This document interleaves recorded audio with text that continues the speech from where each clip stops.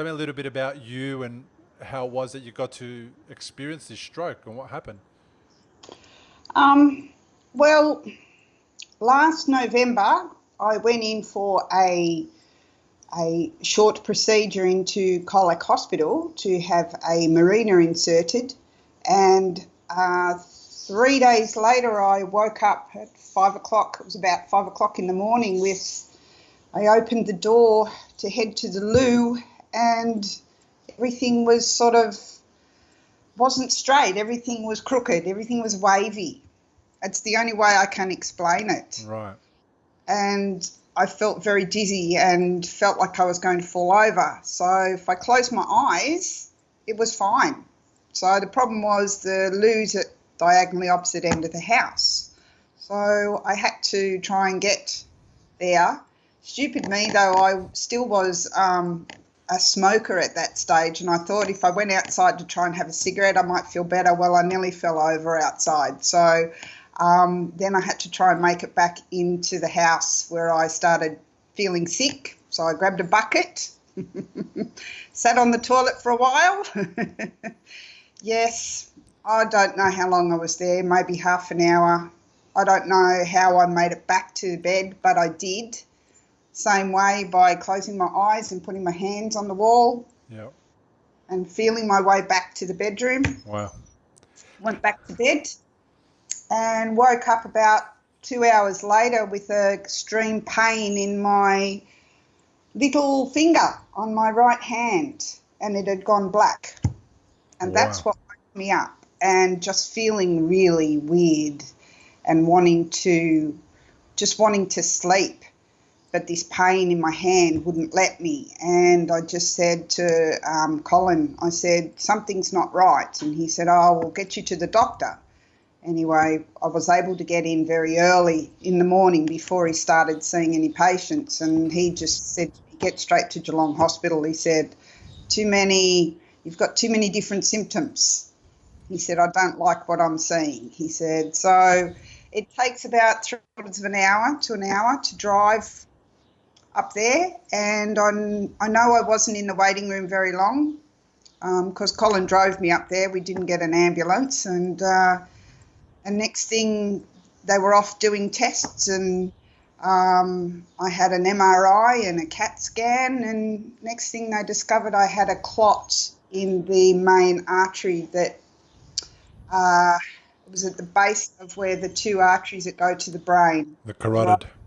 Yeah, so part of it had broken off and had affected the back of my brain, and the other part that broke off went down my right arm, hence my finger. It blocked the blood flow to my finger. Wow, so that's very different from a lot of the other people I've spoken to about the stroke that they've experienced. Now, you had a clot that went two directions, one to your brain and one to your finger. Well, the clot was still in the artery. It's just bits had broken off from the clot. And they tossed up whether they would actually operate and put a shunt in me. Well, hang on, that was further. That was because I was 2 days in Geelong Hospital, and they decided they didn't have the equipment to look after me if anything further happened. Right. So that's when they decided to put me in an ambulance and send me to St Vincent's in Melbourne. So, because I live in Colac, so is that the good man that just walked past? No, that's my brother-in-law. That's Ray. So, no. I'm curious. Do you always go to a cigarette in the past when you felt unwell to make you feel better? I don't know. It was just I don't know why I wanted a cigarette. That's the odd thing. I'm really pleased I don't do that anymore. It's nearly 12 months since I had that last dreaded cigarette. So, and I'm feeling so much better for it. So, they transferred me to St Vincent's, where it was the doctors that did further tests up there. I remember I'd not long got into the room, and it was midnight, and they're taking me to have more tests, and I'm thinking I just want to go to sleep. So, and it was there they discovered the clot was still in my artery, and they, after about, must have been about 10 days, I had it there, 9 days. That's when they were going to operate to put the shunt on, but they decided to check again to see whether it had moved, and it had actually dissolved all Wow. by itself. That is such a good result, isn't it? Oh, that was just, I'll never forget the day, because my sister was with me because she's in Melbourne. It was a day because I'd said to Colin, don't come up every day. It was becoming too much for him driving from Colac to St Vincent's every day. And, and it was the day that my sister was with me. And, we just both broke into tears. So, because they said it was very rare, the clot that I had, where it was. And then, all of a sudden it just dissolved. So thank goodness, because they were going to do the up through the groin and pardon me, through the groin and through the arm, I think. That's how they were going to get to it. Yeah. So what they do is they take the artery through the groin, they go all the way up, they bypass the heart, and they come Yep. up into your neck. And The, yeah. I had a procedure like that to check and see if my head was still bleeding. And what they Right. did is they went through the groin, they went all the way up, and then they entered into the brain, and they Wow. squirt a little bit of what they call like a contrast, and then Right. under certain conditions in an MRI, a special Yep. MRI, they can see whether that contrast comes out of the blood vessels. And in this Yeah. particular case, it didn't, but that's how they do it, and it's Well, quite a yeah, procedure. I've had contrast a few times with the MRIs, so, and I don't enjoy that feeling, that awful sensation of that hot and that needing to go to the toilet and that just that weird, and it's just like, I hate it. Do I have to go through that? And they go, yeah, and it's just like, oh, hurry up, get it over and done with. So yeah, I know if I've got a cannula in, it usually means that Contrast. Hey, tell me, contrast. what's it like? Can you, for somebody who's listening who doesn't understand what stroke is like, perhaps they're caring for somebody, etc. What was it like for you to get firstly the diagnosis and then have to deal with what the diagnosis could mean? What was that like for you? It's a bit of a shock and a bit unreal. Didn't really understand the severity of it till they said they were going to move me to St Vincent's from Geelong. That sort of gave me a big scare. And then when I heard my youngest daughter was flying in to see me, that was the icing on the cake. And I went, okay, this is serious. I suppose it felt unreal. I suppose because I wasn't really paralysed, because I really have been very lucky that apart from hand tremors, forgetting words, and I've still got the weakness in my left side, but that's also because of my other condition that I was diagnosed with before I had the stroke last year, when I was diagnosed with schizencephaly and polymicrogyra, which actually schizencephaly means I had a stroke in utero. So before I was even born, Wow. I'd already had a stroke. So, which, at 52 to discover this, it explained a lot. But how I felt in hospital, I suppose I didn't realise the severity and how serious it was. And then when I got up there and I had a team of like 10 doctors all come and see me at once, and it's just like, okay, this is, and they're all talking to themselves, and it's like you're a number, and it's just like, hello, I'm here. Can you put that in English so I can understand? So Yeah.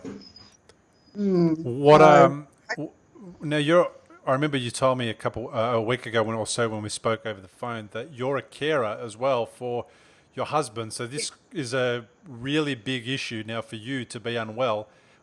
You're also caring for your husband. So what happens there? How have you managed all of that?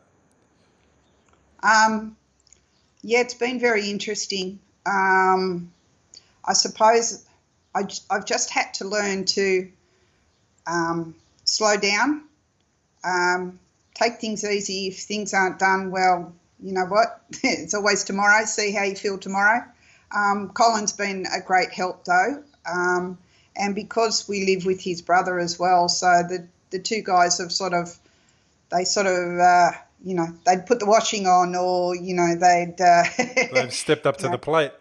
Well, Colin liked to cook anyway. We used to get in the kitchen and cook together anyway. So, there was a bit of cooking, but then it became a few takeaway dinners as well. Yeah. So, but I suppose it was hard for him and a big shock for him as well, because we've only been together about 5 years. So, it was a huge shock for him too. So, but we've managed to get there, and we're both still here. We can talk about it. Yeah, good. Yeah, that's great. We support each other. So, and he knows that if I've got to go and back up to Geelong and go to the hospital and see somebody else, or because I was back in hospital quite a few times this year with other issues. I had what they thought was a blockage to the bladder, was actually an infected kidney for 10 weeks. So I've had a few issues, and I'm about 2 months now, or 2.5 months since I had a full hysterectomy. So, so it's been an in and out of hospital year. So, but Colin's been pretty brave and been looking after me. So I'm pretty lucky. So hopefully the majority of what you've had to go through is it for now, and now it's just onto the healing and recovery side. Yep. Speaking of healing and recovering, did you find yourself kind of missing certain things that you felt would have made your recovery easier? So information from the doctors, or what were you challenged with other than your health? Now that you were sent home, then was there stuff going on that you were sort of wishing you had more information on, or? No, not really. I can't think of that now. It's funny. It might, if I think of it, it might come up, and I might be able to think of something later. But at the moment, that's all right. Or maybe Colin will remind me about, hey, remember when? And I'll go, oh yeah, that's right. I do get a bit forgetful like that. Yeah. And call things the wrong names, and he says darling, I go, okay. I know I said it, I know I've called it the wrong name, to forgive me, don't pick me up on it. I found myself also struggling with memory and all those types of things, and what was really good for me was when people did remind me. That was good for me that something happened. But also I've spoken to a lot of stroke survivors or stroke patients who have told me that what they've done is they've had somebody do a journal for them, or they've had somebody video them to see, so they can have a comparison to see how they're recovering from when it began to 3 months later and 6 months later, etc. Especially people who have got speech challenges and people who are struggling to walk at the beginning, or relearning how to use their arm, and they get to see this change occur, and then they get to go, oh, wow, I have come a long way. I do feel a lot better about where I've come, and I'm probably further than I thought I was. Okay.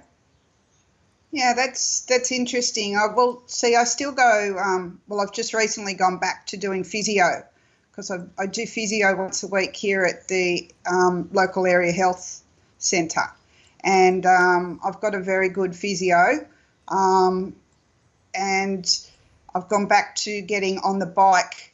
I do 15 minutes on the bike, and then I do, I call it the arm bike, where, you put your hands, it feels like you're on a boat or something, but I do 15 minutes. I'm back up to doing 15 minutes of that as well. Yeah. And, she mentioned yesterday, she said to me, wow, you're actually talking while you're doing that and not out of breath too much. She said, you're definitely feeling better. So, But last week I was really tired after I'd been there, and I came home and Colin said to me, go and have a lie down. I slept for 3 hours. So I still have moments where just Right. the tiredness hits me out of nowhere, and I think that's the one thing I find the most challenge I get. Yeah, that's interesting because that was me at the beginning as well. So what I found was that Oh, yeah. I would go really well, and then I would kind of hit a wall, and I would hit this wall very, very rapidly, Hmm. and I would need to just stop immediately, otherwise I would burn myself out for the day, and that would last a couple of days. So if I got to rest immediately, then I Hmm. didn't get to that burnout stage, and I didn't take a very long time to recover. Hmm. So it's interesting that you say that. Now you go to sleep for 3 hours at the moment. What you'll find is that it'll start to decrease the amount of time that you need to rest, and the amount of time you need to regain to recharge your batteries will sort of get smaller and smaller. And it's a Hmm. good thing that you've stopped smoking, Oh, um, yeah. because that's not helping anybody in any way, shape, or form. Firstly, did you find it easy to quit smoking when you went to hospital, or did you need some help? Well, they put patches on me while I was in the hospital, but because I was in hospital for the first 12 days, and I think that was good, I wasn't tempted to go outside and try and have one. I think I was just more trying to understand what was going on, give my body time to rest and heal, and then when I got home, bit of a challenge because Colin still smokes. So yeah, but I haven't been tempted. I hate the smell of it. He Mm. stopped.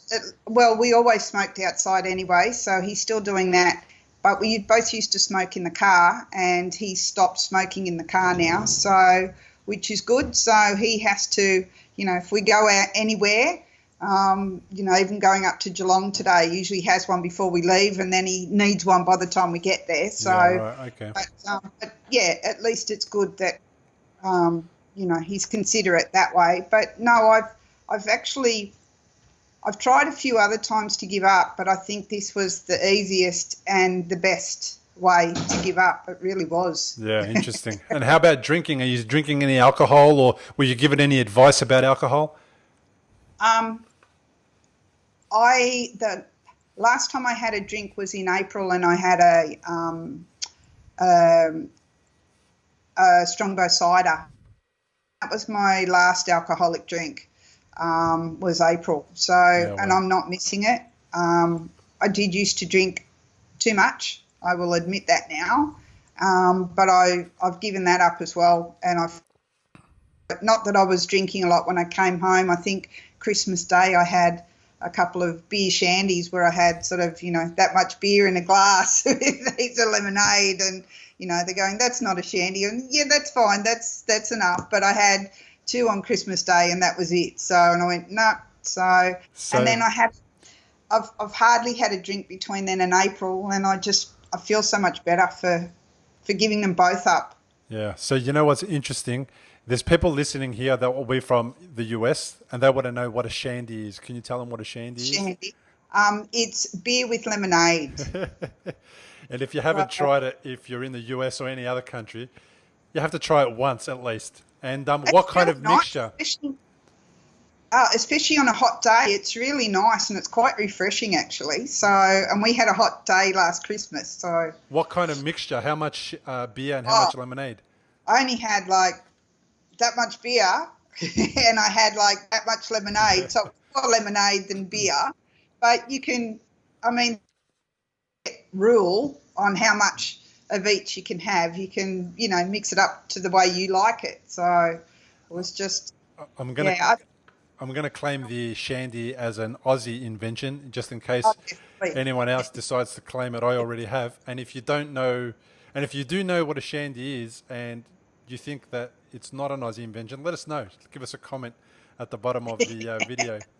Um, Yeah, that's a good idea. yeah. Now, the reason I ask is I'm not one to lecture, but I am one to give information and just Hmm. explain why it's important that people stop smoking and drinking, especially after a stroke, because there's a lot of studies, and I'm hoping to interview one of the researchers from one of the universities here in Melbourne, that Right. shows that there's a big connection to dementia later on in life for people who have experienced a significant brain injury, and especially if they are smoking and drinking after that brain injury. More likelihood of becoming demented later on in life. So it's really important that people who have experienced a stroke, no matter how young they were, understand that what they want to do is create an environment for the brain to heal rather than an environment for the brain to deteriorate. And we don't want to also accelerate the deterioration, because unfortunately that's what we're susceptible to now. We're susceptible to having things that perhaps would take longer to impact other people will actually impact us a lot quicker. And I know that when I get tempted to have a drink, and I haven't had more than about 5 drinks in the last 5 years, it makes me feel like I'm having a stroke again. And that feeling is not something that I enjoy, because obviously that's scary, right? So I don't want to go down that path. So that was my motivation to stop drinking. And then stopping smoking, that was pretty easy for me too. Basically, when I went to hospital, realized that my that my brain was bleeding. I realized that smoking wasn't going to be something that I needed to continue to do if I wanted to be around beyond my 40th. So did you have a fall or something that caused your bleed, or was it just... I had a faulty blood vessel, and the technical term is arteriovenous malformation. And what it is instead of the blood vessel forming correctly in a nice shape, it kind of forms in like a squiggly shape, in the shape of of steel wool. I get. And instead of being nice and thick and flexible, it's usually a lot thinner and a little bit more rigid. Right. And you're born with that. And most of the time, for most people, nothing happens. They don't play up or cause a problem. But in my case, what happened was the blood vessel is the weakest blood vessel within my body. And when it experienced, for example, a high blood pressure episode, whether it's through sport or exerting myself in any way, or smoking or drinking, what happens is it was the weakest link, and it decided that it was going to give in, and it just let go of some blood. Wow. And that's all it was. So for me, that was usually happens to a lot of people, and it stops the first time. It bleeds. It goes away within 6 to 12 weeks. The person is really well on their way to recovery. And it wasn't expected to bleed again, but it bled 6 weeks later. Wow. And then it continued to bleed between February 2012 and November 2014 all the time, constantly. Well, I was having what they would call micro bleeds. And the best way to describe it was I would have a really good day, and then I would have a really bad day. And the really bad day was all those feelings of exhaustion and weird sensations and tingly and just really strange things occurring in my body. And that was probably when it was bleeding a little. And then in November 2014, I had a really big bleed because I thought I was getting better, and I went for my first bike ride after nearly 3 years. And as I was riding the bike, everything felt great. But the next morning when I woke up and went to work, it bled. And this time I felt like my left side was burning, like I had been sunburnt. Wow. Yeah. And I went to hospital, and they said there's another bleed. And this time it's quite significant, and we're not going to let it go any further. We have to remove the blood vessel. Otherwise, you're going to be at risk of dying from it, and causing, if you're driving, problems to people around you or the people in your car or whatever. And I had a property maintenance business then, and that meant that if I was on a ladder and working and it bled, I could fall off the ladder and cause more damage. So I had surgery in November 2014. And when I woke up from surgery, my entire left side, as a complication from the surgery and from the position of the faulty blood vessel, which was 4 centimeters in from my ear, the damage from going into there and trying to get it out meant that I couldn't feel my left side when I woke. It was it was numb, and I couldn't walk. So I had to learn how to walk again, and I had to learn how to use my arm again. And I spent a month in rehab hospital, which was a month less than most people, well, only a month, which a lot of people are in there for many, many more months than I was. Yep. And I got released and I went home, and then I did outpatient rehab, and I've been recovering ever since, because the recovery is still ongoing. You know, just like you don't go Yep. home from a stroke and all of a sudden everything's fine. Unfortunately, it's not fine, and it takes a long time to get better. So that's my story, short version of my story. Yeah. Is there is I mean, that's the thing I wonder. I mean, is there a time limit? Is there, obviously for you, this happened in 2012, and here we are. This is 5 years later, and you're Well, still having problems. I mean, is this 5 years, 10 years? Is this infinite? Is this infinite? well, see, I feel like what's happened to me is not going to be leaving me soon, because my arm and my leg are still numb, although I can walk on them and use them. So now the brain has retrained itself to know when my arm is holding something, for example, or when my foot is on the ground. It now knows the new version of that.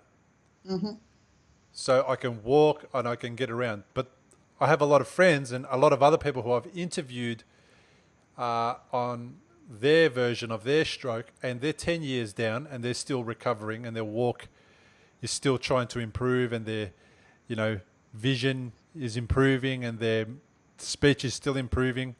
And I had a very interesting conversation with a guy just yesterday who I haven't interviewed yet, but I'll be interviewing in a couple of weeks, who experienced a stroke when he was 4. He's now 30, and he told me that he just got his ability to interact with people in a public place. So Yeah.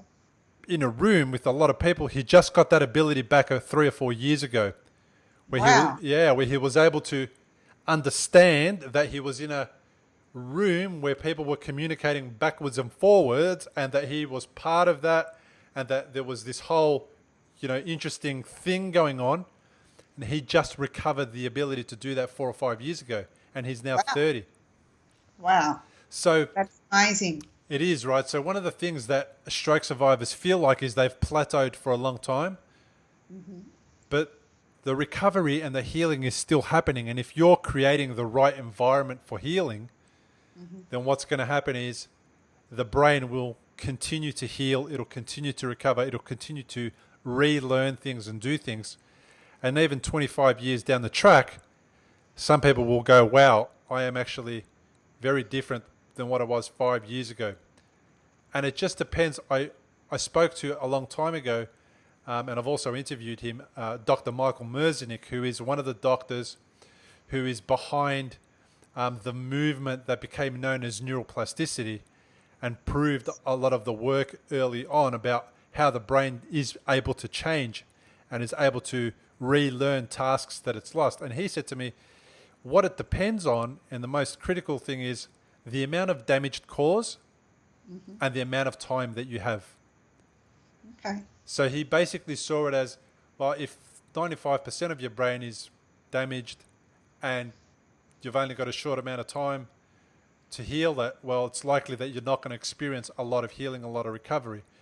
If you're fit and well, regardless of your age, and you've got the ability for the brain to continue to heal, well, then time is on your side. So the longer it goes, the more likely you are to notice recovery occurring and notice changes occurring for the better.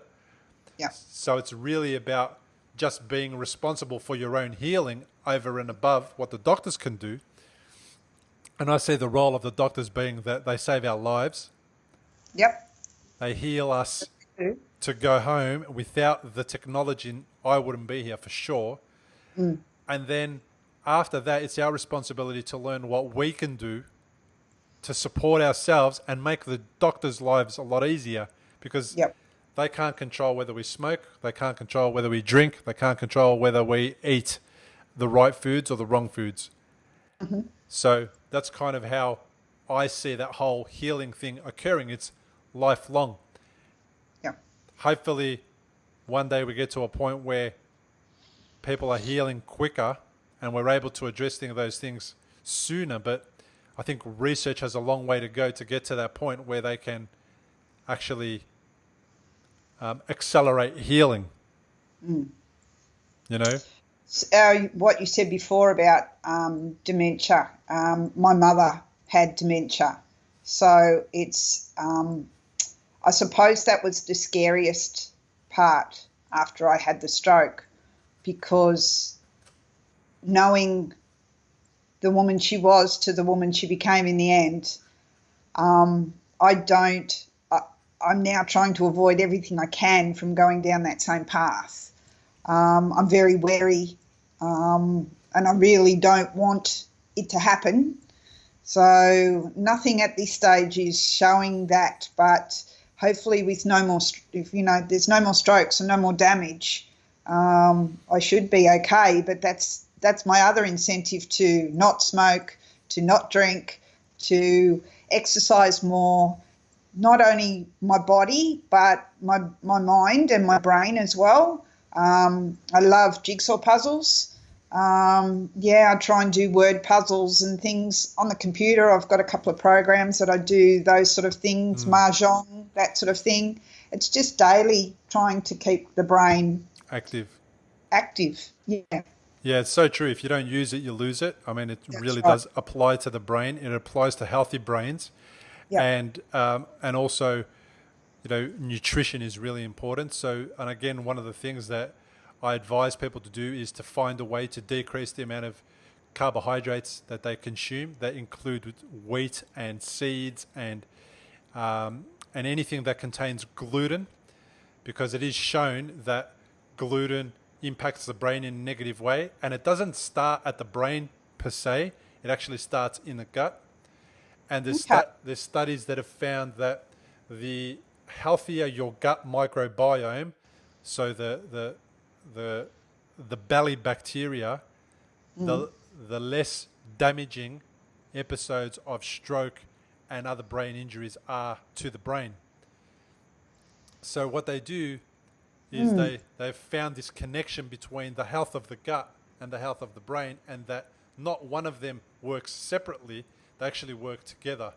And what I found was really interesting was when my brain was injured and I went offline, that's how I call it. It was offline while it was bleeding and doing all of that stuff. My gut also went offline, and I experienced constipation, and I experienced bowel issues, and I experienced bloating, and I experienced all these things.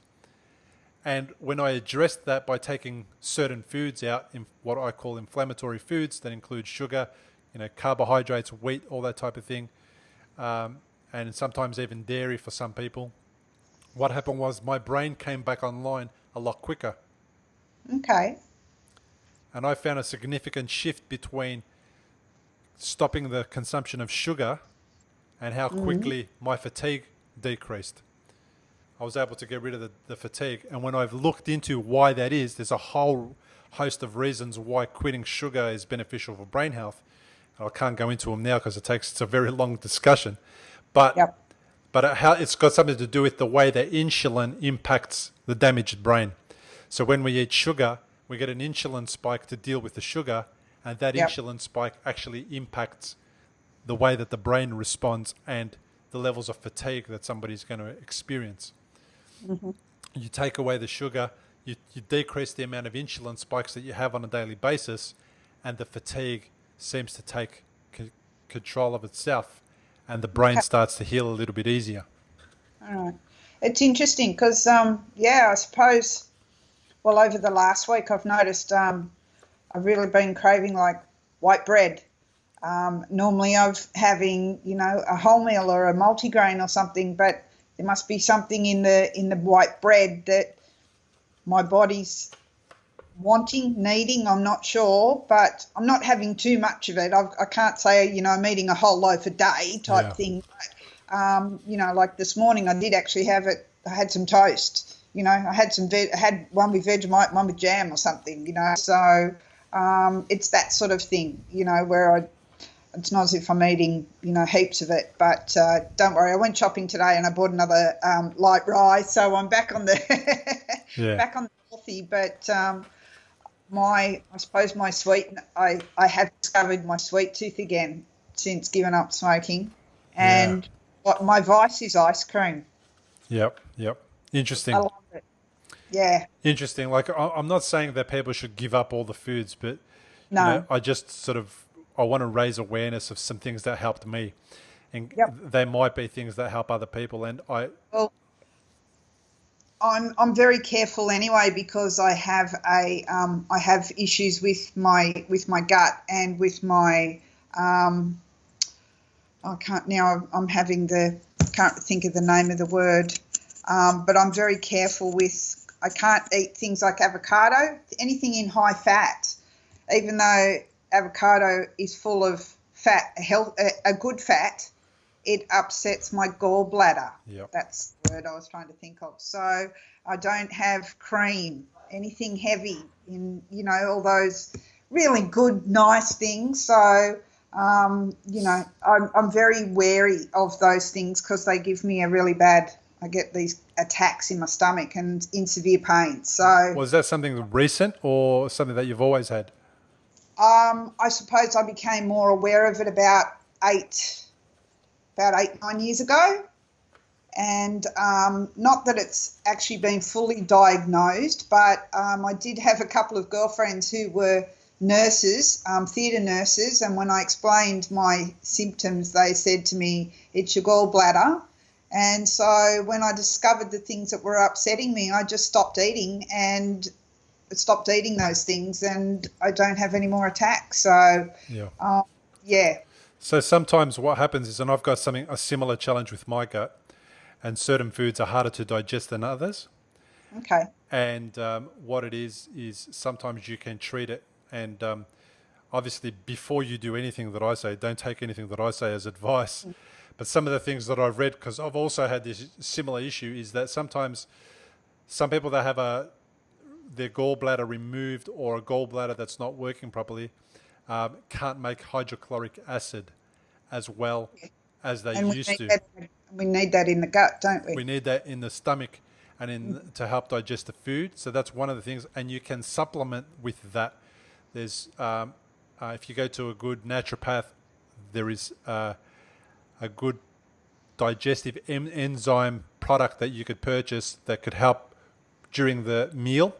So Okay. you have it before the meal, and then you have before every meal, and it helps to create the digestive enzymes to get the digestive happening a little bit easier. So what I'm saying is that now you're at that point where if you can get on top of a few of these things, that'll actually help your brain to recover. So when you have the energy, it doesn't all have to be right now. Let's not give you a whole bunch of tasks to do. But when they have the energy and the curiosity gets you, do a little bit of research and see if you can find someone to advise you about the right way to go about supporting your gallbladder to do what it isn't doing as effectively.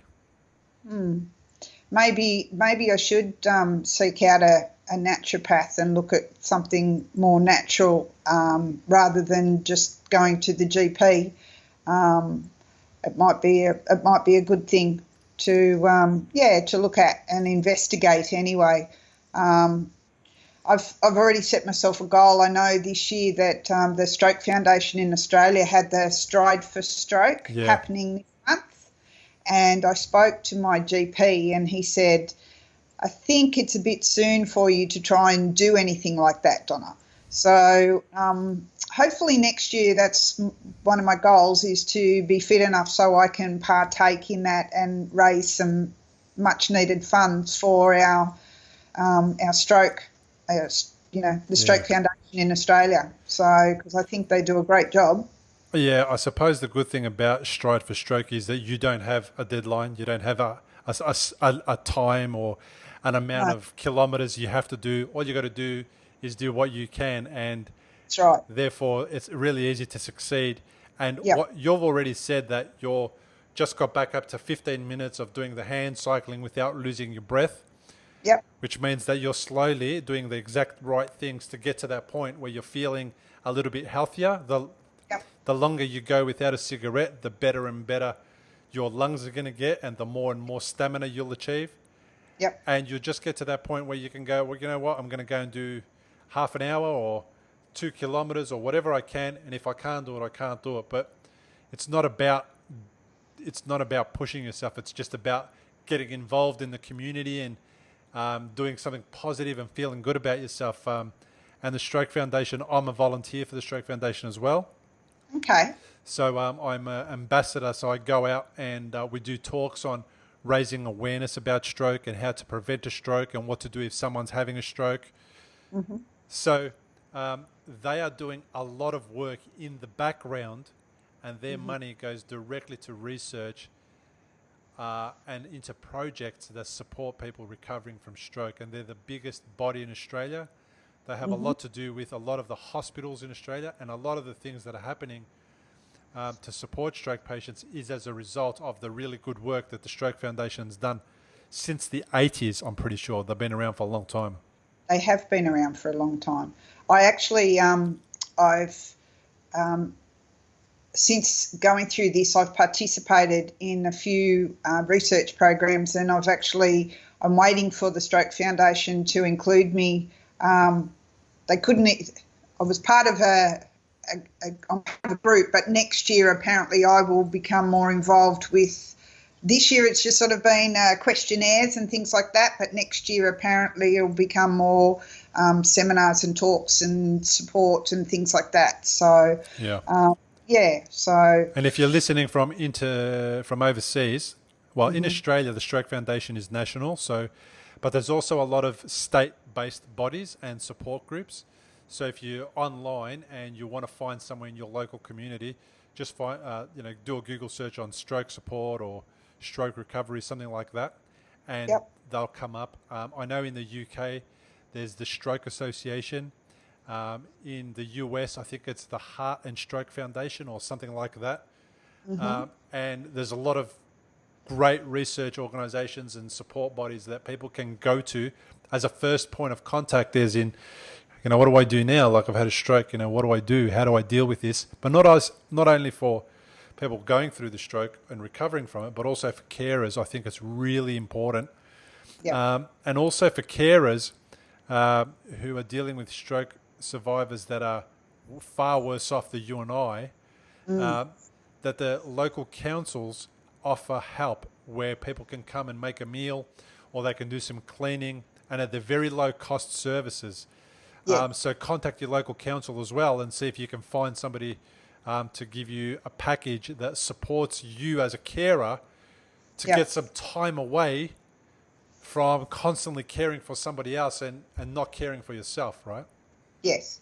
Well, I must say, while I've recently recovered from this hysterectomy, the council, actually, my local council, contacted me and offered me 4 weeks. For 4 weeks, I would have a cleaner come in for an hour.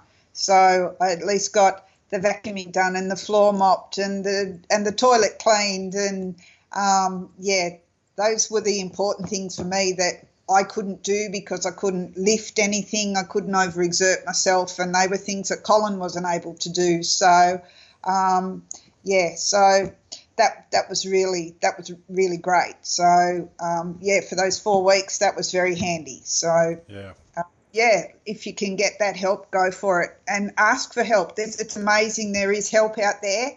All you've got to do is ask. Yeah, that's it. And sometimes, stroke and caring for somebody's stroke can be really isolating. It can be, yes. And not only stroke, I'm sure for people suffering from other conditions, but I can't speak for those conditions. I can only speak about stroke. So, just reach out. Even send me an email, because what I love about the podcast is amazing people like you contact me just to touch base, just to have another conversation with another person who understands them. And I'm so glad that you did.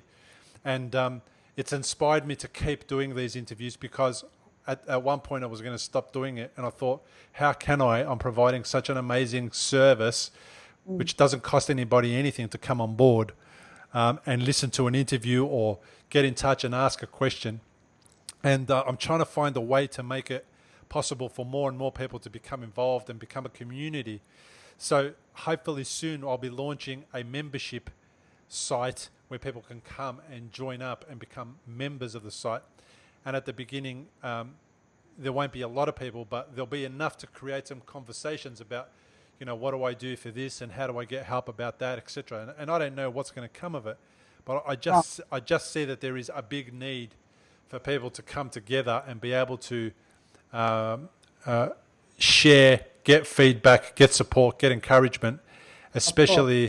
especially for carers who became a carer, let's face it, overnight when they were not trained, not skilled to be a Yeah. carer. And Yeah. unfortunately, they don't get skilled, they don't get trained, they don't get supported to No. learn how to care for other people. Yep. And Well, how, I went through that with my mother with her dementia. Yeah, I sort of I became her carer, so that was an interesting. Tell me about not being thrown in the deep end type thing. So yeah, but again was able to not only through the doctor, but he at the doctor at the time he put us on to a lot of help that was out there. So we were able to get mum into programs where a carer would come and pick her up and take her out for the day and keep her involved with, and then they might go out and go to bingo or something, and then maybe a few days later the carer would come and pick her up with a group and they would go out to a garden somewhere and that sort of thing, and it was just interacting with other dementia sufferers as well. So yeah, I know what you mean about being a carer. Yeah, that's a hard job as well. So it is, and my heart goes out to people like that. And I thank my wife for doing the task for when she had to do it. But nurses go to university for 4 or 5 years. I don't know how many years they go for to learn how to care for somebody. I know they do lots of different tasks, that include medications and, injecting things and all that kind of stuff. But I know there's a lot of carers that have to inject insulin, that have to take temperatures, that have to do all these things, and they're not trained. and they're not trained, and it's No. just crazy. They Yep. offer such a great service, So I really just want to encourage people to get in touch, and whether they get in touch with me or somebody else, just do it. Please, just do it. Get Yeah. help. Ask. There's help out there. All you've got to do is ask. Yeah. Well, Yeah. I'm looking forward to getting to know more about you as time goes on. And I'm really pleased to see you up and about and getting through the things that you've experienced. And even after some other conditions and surgeries that you've had to go through, you're looking fit and well. Thank you. I want to congratulate you for taking responsibility for your own recovery and being willing to give up some things that perhaps, we probably shouldn't have taken up in the first place. Yeah, probably shouldn't have, but I suppose the way I look at it is I've had my wake up call. It's time to, if you don't want to be here, keep going down that other path. But if you want to be around for a lot longer, you know what you've got to do. So, I still want to be here for a few more years yet. So, each day I'm grateful that I wake up and, I don't have any more of those episodes. And I've got support and love from family and friends and, and now getting into groups like this is great. So hopefully I get to meet a few more people out there. It was strange how I got to know you, Bill, because I saw something on Facebook come up with you doing your podcast with Dr. Michael. Ah, right. Yeah. So that's sort of what got me started, and I sat and sort of watched that podcast, and that was interesting. And I thought, okay, I've got to get in contact with this guy. Yeah. So there you go. So Yeah, thank you. He's an amazing guy and really generous with his time. I've met him in Melbourne 2 times now, and he comes to Melbourne from time